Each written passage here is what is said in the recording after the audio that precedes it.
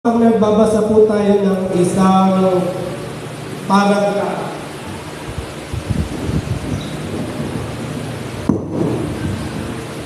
ay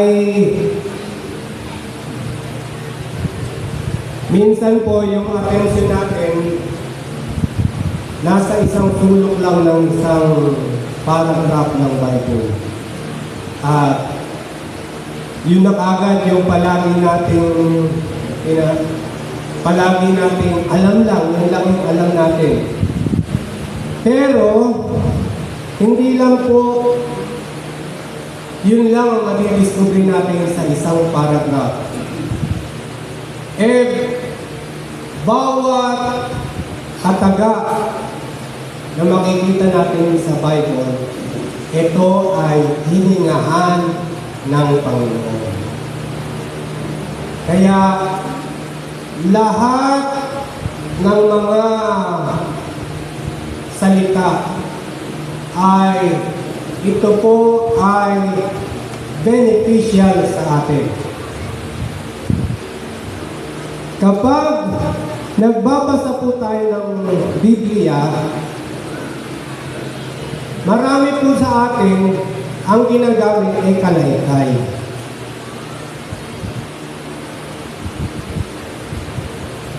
Hindi lang po ito ang dapat nating gamitin kapag nagbabasa tayo ng Biblia. Kasi kapag nagbabasa tayo ng Biblia at ito lang yung gamit natin, ang makukuha lang natin sa Biblia ay puro tuyong dahon. Kaya mga kapatid, huwag kalaykay ang gamitin natin. Kapag nag-spend tayo ng time sa salita ng Panginoon, huwag kalaykay.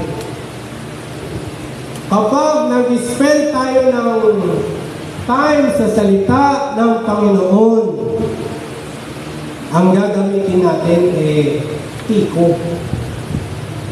Diba? Tiko ang gagamitin natin. At kapag inaalagaan natin yung bakuran natin at piko ang ginamit natin, makakakita tayo ng time na matamaan natin yung linya ng langis. Linya ng langis ng shell, baka umabot dito. O matamaan natin yung ginto. Hindi po tayo maabot dun sa talagang mina. At sa atin pong pag-google sa salita ng Panginoon ay gamitin po natin ay piko. Kapag nagbabasa tayo ng Biblia, gagamitan natin ng muscle. Lalabas ang pawis. Alam niyo po, ang best friend ko ay yung mahilig sa Biblia. Kaya, yung naaamoy mo siya kung mahilig ba siya sa Biblia. At hindi ko hihiwalayan yung tao yan dahil habang tumatagal na kasama ko siya ay doon ako napapalakas. Marami akong natatanggap sa kanya. Kaya, mga kapatid,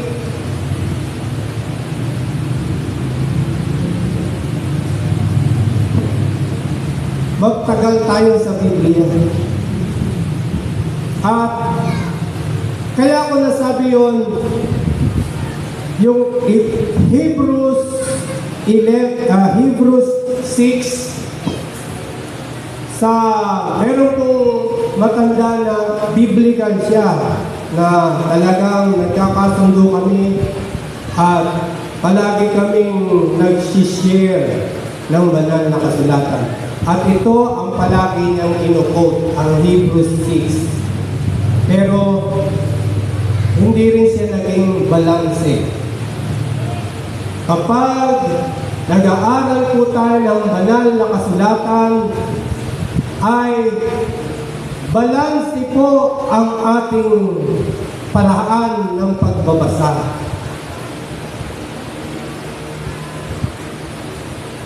Ito bang nakalaykay ko na katotohanan o ito bang napiko ko na katotohanan, ito rin ba ang sinasabi sa ibang bahagi ng banal na kasulatan?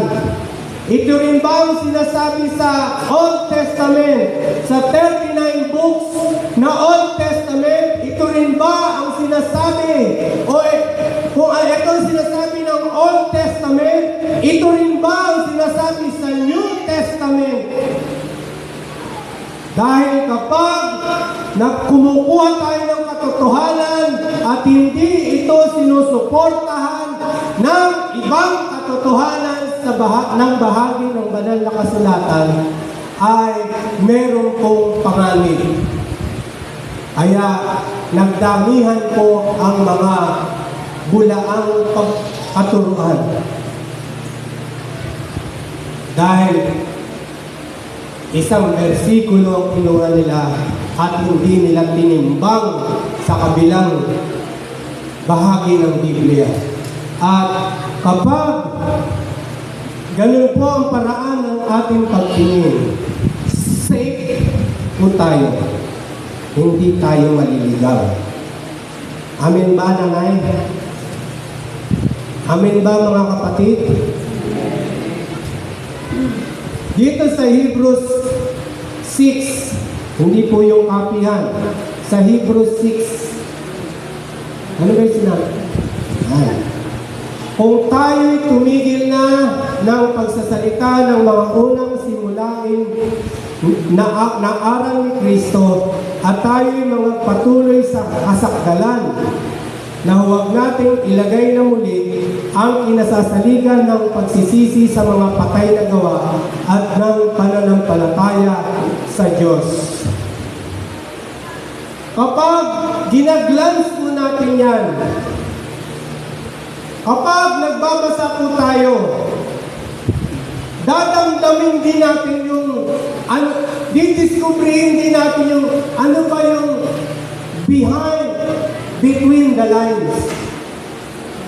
Meron po tayong mararamdaman na palaging mararamdaman natin na ito yung kanyang sinasabi, na ang panalangin ko na ito rin ang maramdaman natin. Meron po sinasabi dito na sana makita natin. Ang sabi dyan, yung may underline, tayo'y mga patuloy sa kasakdalan.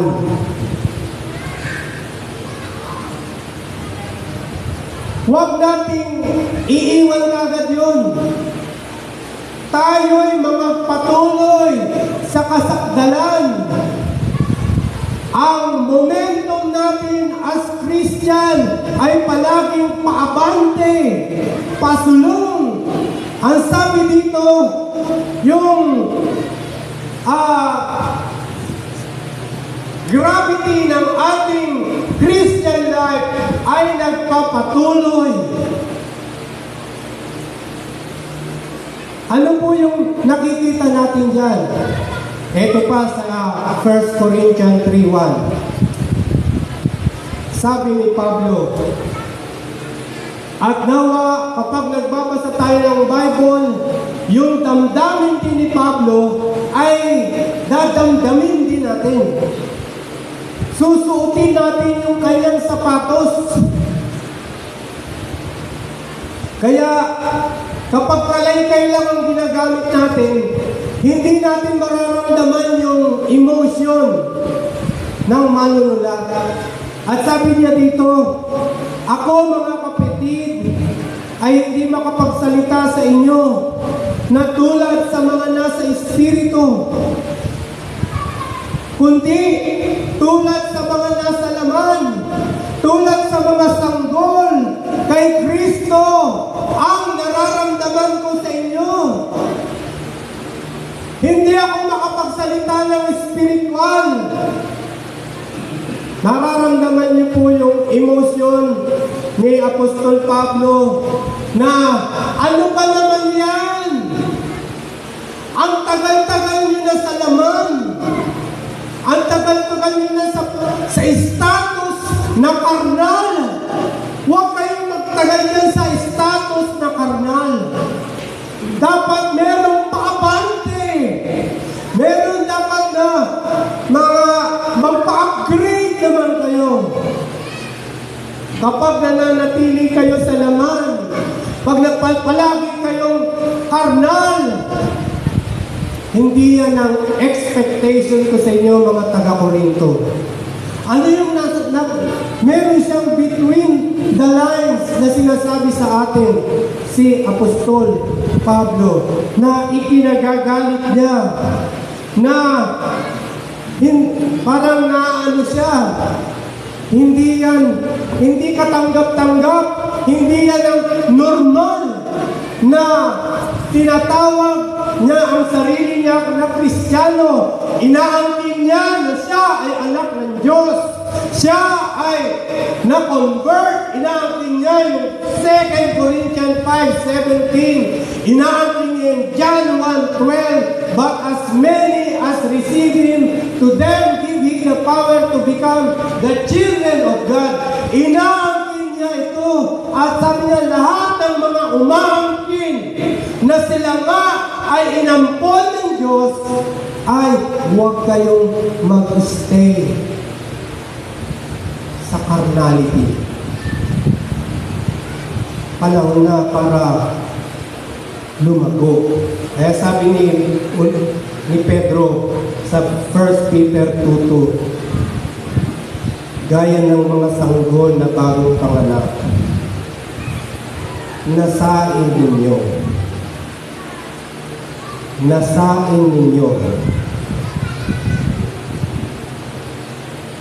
Ang problema sa atin, si Pablo, nakita niya na yung status natin ng sanggol, pero yung pagiging infant natin na Christian ay wala. Yung pagnanasa, nakakita ba kayo ng baby na walang pagnanasa, na dumede sa kanyang nanay? Naturally, kapag tayo ay Christian, meron po tayong desire, meron tayong built-in na pagnanasa ng salita ng Diyos. Questionin po natin yung sarili natin. Kapag wala po tayong pagnanasa, dahil yan po ang normality ng Christian, at dahil po meron yung pagnanasa, ay kandidato po tayo. Pwede tayo, sinabi niya na magsilago kayo. Magsilago kayo. Tuwiran na sinasabi na magsilago tayo. Huwag tayong manatili sa pagiging baby. Huwag tayong manatili sa pagiging karnal. Magsilago tayo dahil meron tayong built-in na nilagay ng Diyos sa ating mga puso na naghahanap ng salita ng Diyos. Meron ba kayo noon? Tanungin niyo yung kapatid mo, meron ka ba? Ang katabi niyo. Yung kapatid.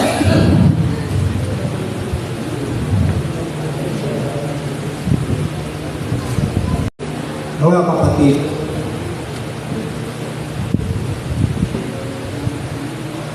ako yung sigat ako yung sarili ko. Dapat meron akong pagkabuhaw.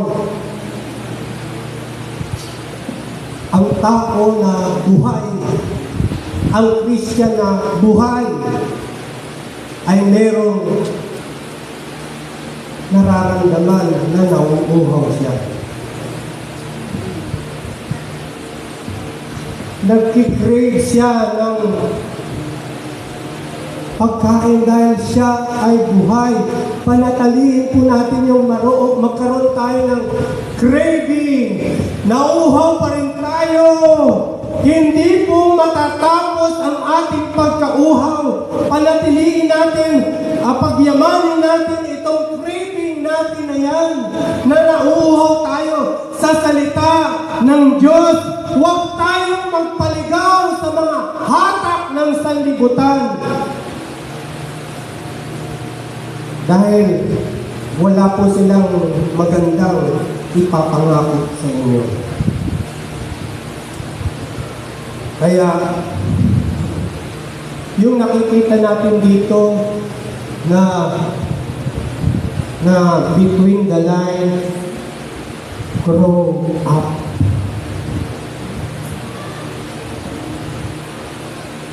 Hindi po kayo lalago kung hindi kayo pumupunta sa simbahan.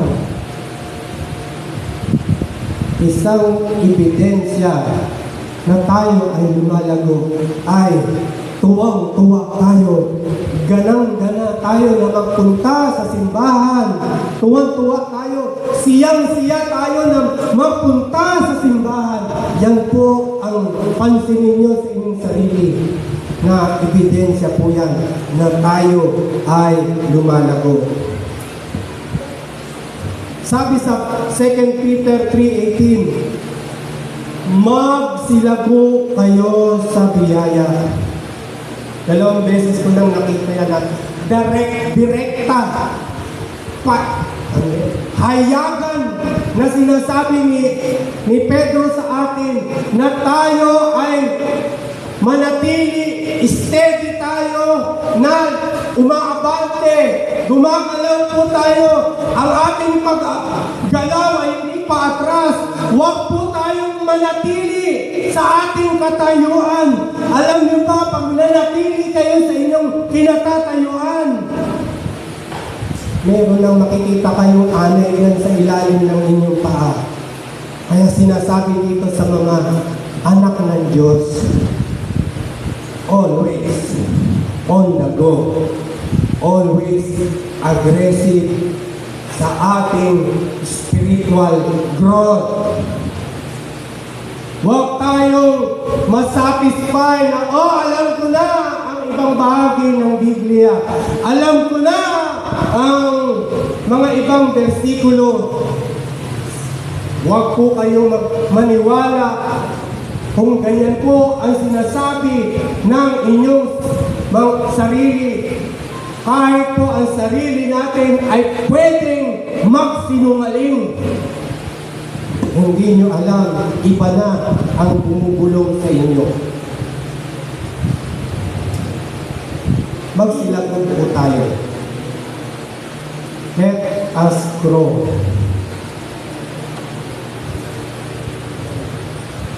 At si Apostol Pablo, siya po ang aking ibang lodi. Kung maghahanap ako ng Christian na victorious, hindi ako maghahanap sa mga paligid. Ang gagayahin ko sa pagiging Christian ay si Apostol Pablo. Ang sabi niya sa Philippians 3:14, hindi ko sinasabing, sabi ni Pablo, hindi ko sinasabing malayo na ang narating ko. Sabi ni Pablo, hindi ko sinasabing mataas na ang aking kalagayan. Sabi ni Apostol Pablo. At sinabi niya, lahat ng mga nakaraan ay dinidelete ko lahat sa aking memory. Lahat ng mga accomplishment, kinalimutan ko na yun. Dahil sabi, ang nalalaman ni Pablo, more pa ang pwede niyang gawin. Kaya hindi ako nagdudwell sa nakaraan. At sinabi niya, I press. Umaabante ako kinalimutan mo na yung nakaraan. Tapos na yun. Huwag na natin balik-balikan. Ang tignan natin,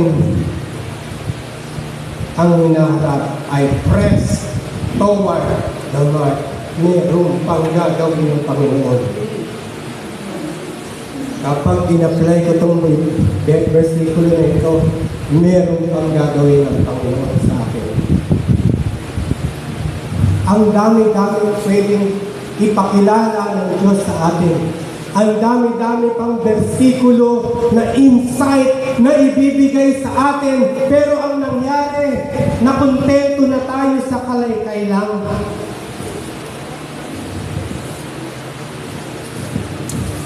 Kaya minsan, si Abraham, siya ay sinubok ng Panginoon. Abraham, tignan ko nga, itong si Abraham, sabi ng Diyos, kung ibibigay niya yung pinakamamahal niyang anak. Kaya ang ginawa ng Panginoon Diyos, alam niyo ang Panginoon, susubukin niya tayo. Susubukin niya tayo doon sa mahal natin. Maring hindi yan anak. Susubukin niya tayo. Humanda po tayo. Dahil si Abraham, akala niya matutuloy na ka Isaac yung promise ng Diyos sa kanya. Tignan ko nga si Abraham. Tingnan ko kung anong reaction niya pag kinuha ko yung love na sa kanyang buhay. Kaya, minsan po, ganun po ang gagawin sa atin. Huwag po tayong maging kalmante. God will test us.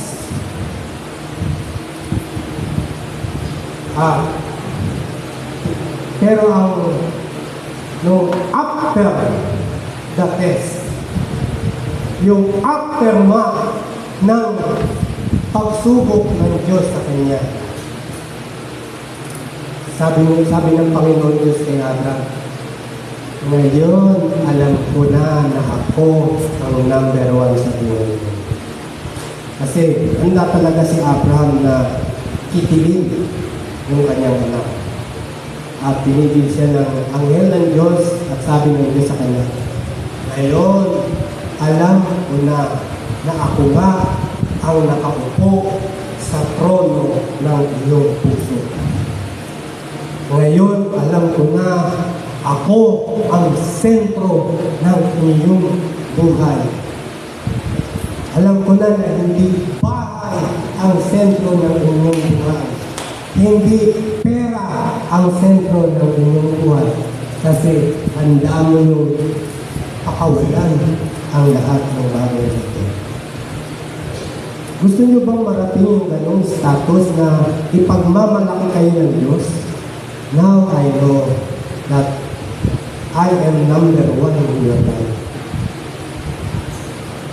At ang Diyos ay nagparamdam kay Abraham, sabi niya, I am Jehovah Jireh. Introduce ng Diyos yung kanyang sarili in other angle. Nagparamdam ang Diyos kay Abraham sa ibang kaparaanan. Gusto niyo bang ipadama ng Diyos ang marami niya pa na yung pagka-infinity ng ating Panginoon Diyos ay hindi mauubos at patuloy niya itong ipaparamdam sa atin.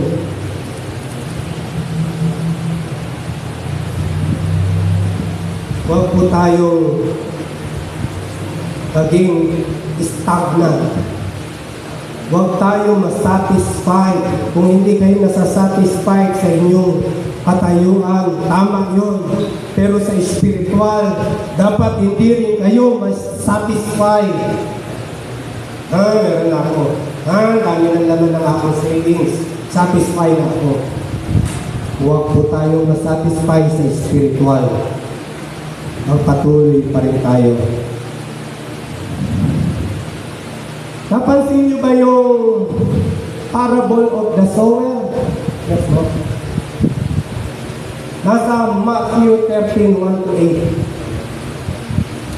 Diyan po sa Matthew 13:1-8 ay merong 4 na klase ng lupa. At doon sa 4 na klase ng lupa ay pwede natin ilagay yung pangalan natin doon sa 4 na lupa. Dahil yan ang puso natin. Yung isa tabi ng daan, yung isa nasa batuhan, yung isa nasa dawagan. Alam niyo ba ang kaibahan nung pang-apat? Yung pang-apat, ano kaibahan niya dun sa number 1, 2, and 3? Yung 1, hindi siya nagpatuloy. Yung 2, hindi rin siya nagpatuloy. Yung number 3, hindi rin siya nagpatuloy kasi yung worldliness, yung sistema ng sanglibutan ito, nalaso na ang kanyang isipan. Kaya hindi rin siya nakapagpatuloy. At alam niyo ang kaibahan ng number 4? Natanim yung buto sa kanyang puso. Nagkaugat ang buto na natanim sa kanya. Lumabas yung buds. Lumabas, hindi lang buds ang lumabas. Lumabas ay yung tangkay o yung mother na branch, main branch. Lumabas yung main branch at naglabasan pa ang maraming sanga. At doon sa mga sanga yon, hindi siya huminto. Nagpatuloy pa rin siya. At itong mga sangang ito, lumabas ang mga dahon. Nagyabong ang mga dahon. Yung perimeter na shade na kanyang naibigay ay lumawak ang sakop ng scope ng perimeter na kanyang nasasakop. At hindi lang po nagbigay ng dahon, nagbigay pa ng bulaklak. At itong bulaklak na ito, hindi siya huminto. Nagpatuloy siya at ang bulaklak na ito ay naging bunga. Dahil hindi siya humihinto. Huwag po tayong pinindot. Mga kapatid, huminto po tayo. That is pinakamalungkot na estado ng inyong Christian life. It is the most boring na Christian life. Huwag kayong maniwala sa kaaway. Magpatuloy po tayo. Huwag po tayong ihinto sa pag-apply ng salita ng Panginoon sa ating buhay. Continue standing in the promises of God. Hindi lang standing on the promises. Lumakad po tayo sa promises.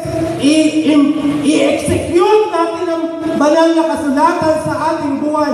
Huwag tayong magsasawa, mga kapatid. Hindi ako nagagalit. Nalulungkot lang. Sabi po sa Isaiah 64 verse 8, yan po ang ginagawa ng Diyos sa atin. Ang magpapalayo, ang may hawak sa ating buhay ay patuloy siyang uhubog. Hindi siya humihinto ng paghugis sa atin. Patuloy na tayong pinapaikot-ikot para mahubog yung gusto niyang kaparaanan sa ating buhay. Huhubugin niya yung behavior natin. Huhubugin niya yung mga attitudes natin. Huhubugin niya yung mga prinsipyo na meron tayo, ano ba ang conviction? Ito ba ay naka-align sa banal na kasulatan? Ang ating magpapalayo ay patuloy niya na hinuhubog tayo. Mga putik, huwag po kayong aangal sa magpapalayo. Huwag kayong magre-reklamo sa magpapalayo kung ano ang ginagawa niya sa inyo. Ang gagawin lang natin, freely, Panginoon, hubugin mo ako. Nandito ako. Naghihintay sa inyo. At sabi niya sa Romans 8:29, sabi niya, maging, ano daw? Yung mga kanyang nakilala. Kayo ba ay nakilala ng Panginoon? Are you sure? Ang mga nakilala ng Panginoon. Kasi bandang huli sa Matthew 7, hindi lahat ng tumatawag Panginoon, Panginoon ay maliligtas. Di ba sinabi niya, doon sa mga hindi nakapasok, hindi ko kayo kilala. I never knew you. Kaya sa mga nakilala ng Panginoon, tayo yun. Ikaw yun, sabihin mo sa katabi mo. Jun, sabihin mo sa katabi mo. Jun, sabihin mo. Alisin na natin yung pride. Tayo yung mga kilala ng Panginoon. At sabi niya, yung mga kilala niya, ano sabi niya? Magiging katulad ng larawan niya. Oh? Nakakita na ba kayong gumagawa ng susi? Diba? Pag magpapagawa kayo ng susi, dadalhin mo yung original. Tapos, yung susi na yun, i-aatas nila doon sa gawa ng susi. At kung ano yung dinala nyo, yun yung makokopya nila. At yung mga kilala, tayo po ang ating Panginoon, yung habang nag-grow tayo, magiging katulad ng larawan niya. Alam niyo po yung maging becoming. English po, becoming. Hindi po natatapos yan.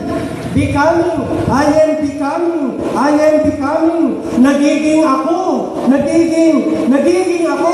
Merong nade-develop. Merong nagpa-process sa aking buhay. Nagiging. Becoming. Hindi naghihinto yan. Ongoing na construction niya ng Panginoon sa atin na hindi siya titigil hanggang ang larawan ng Panginoon sa atin ay makikita natin.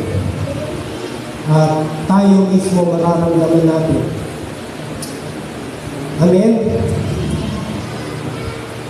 May awit na sinasabi na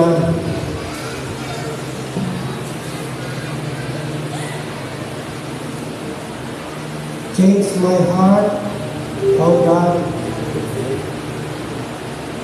Change my heart, oh God.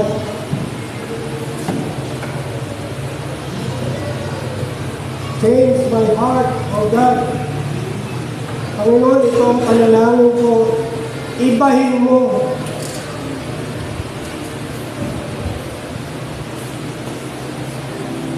Tanggalin mo yung luma na puso.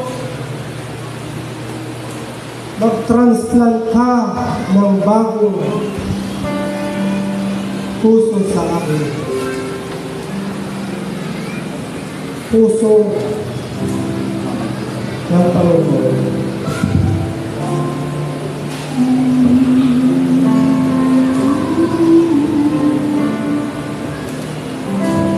Change my heart, oh God.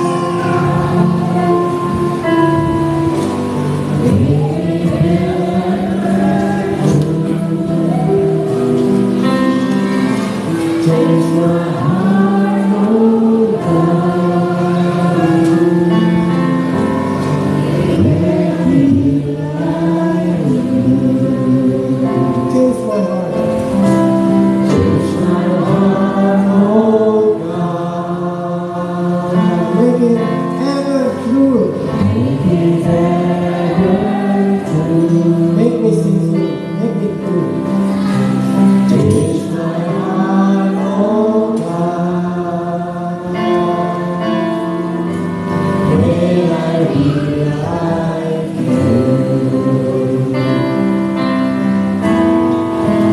you are the Father. I am the clay. Make me and make me. This is what I pray.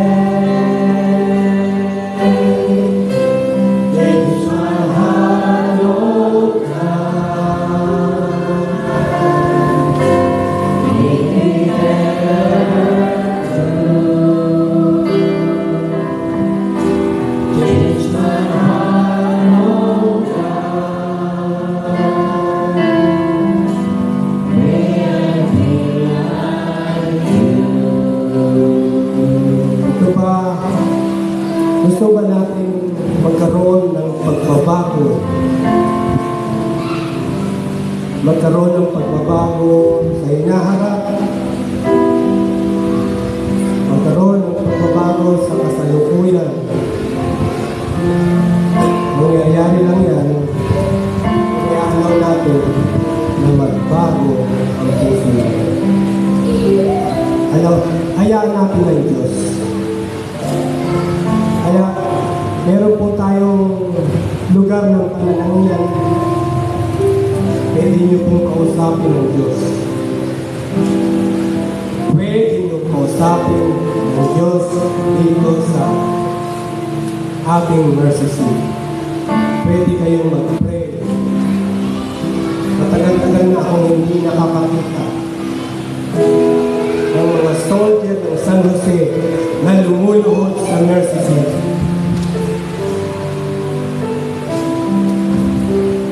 Ba't kaya?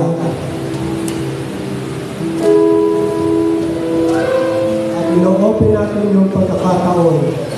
I-prove nyo kay Major na kakamali ka nito.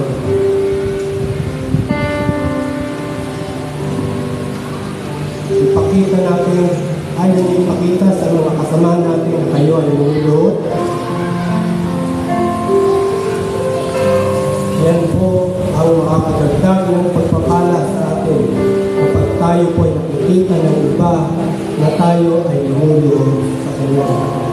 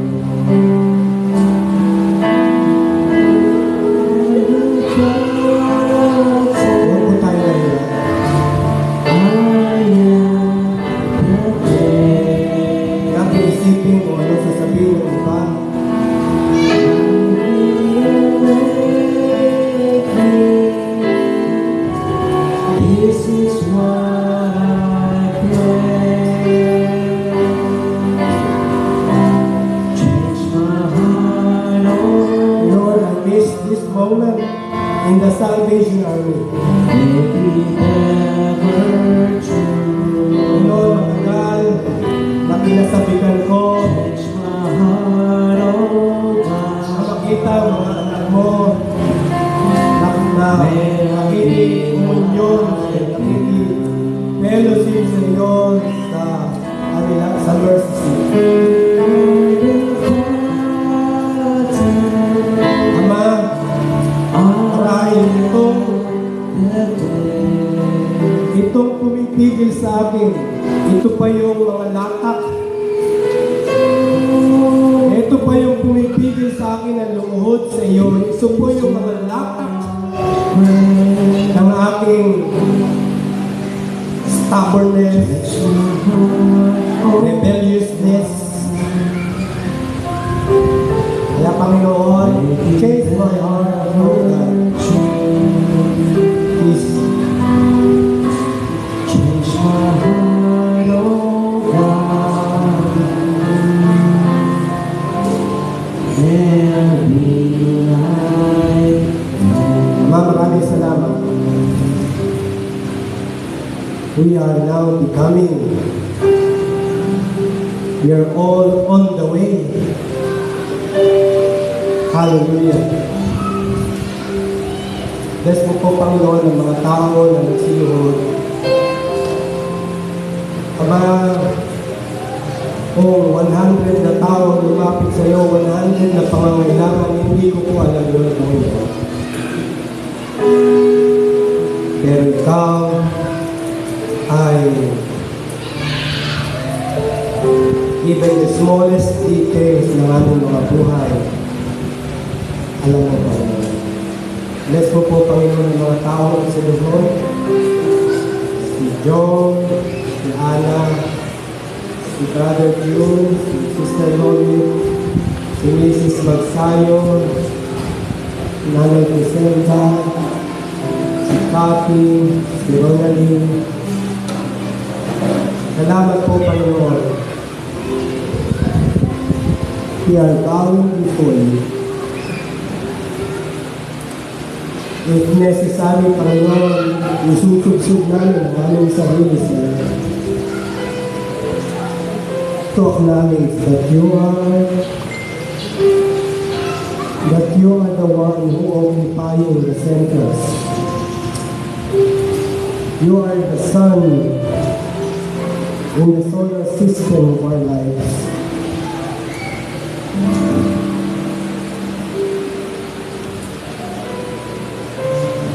Lord, thank you. You're missing this great opportunity.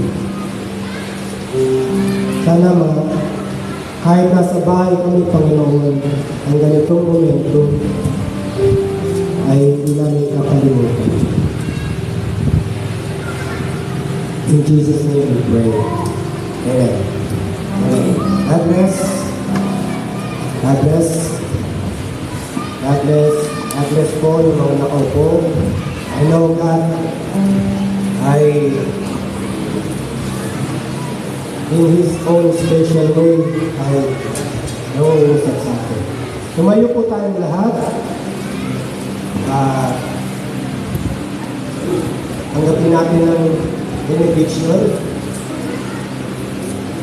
The Lord bless you and keep you.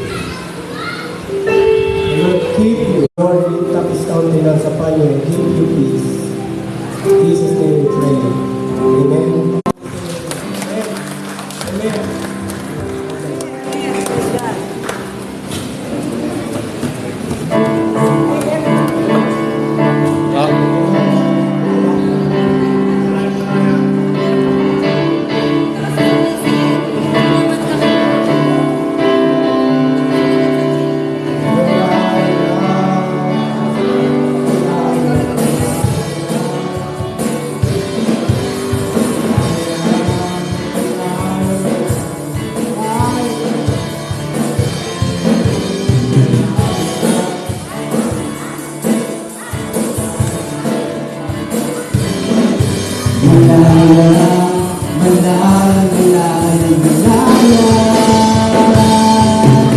Ang Diyos sa buhay ko'y gumawa, naranasan ang pag-iila, sa sakit at karamdaman ako'y pinalaya.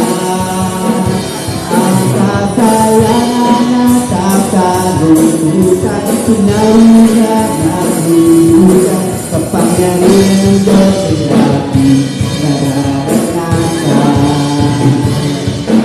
Malayang sumikat, malayang sumiyahan, malayang lutas, malayang lutas, malayang sumiyahan, malayang sumiyahan. Kapangyarihan ng Diyos ay ating nararanasan. Kapangyarihan ng Diyos ay ating nararanasan.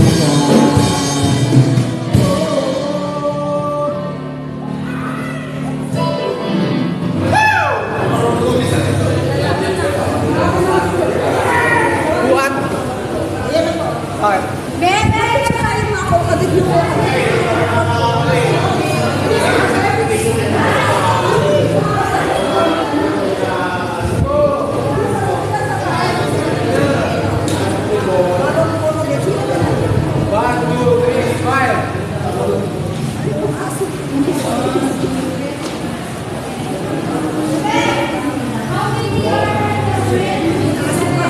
Wash out, Robbie.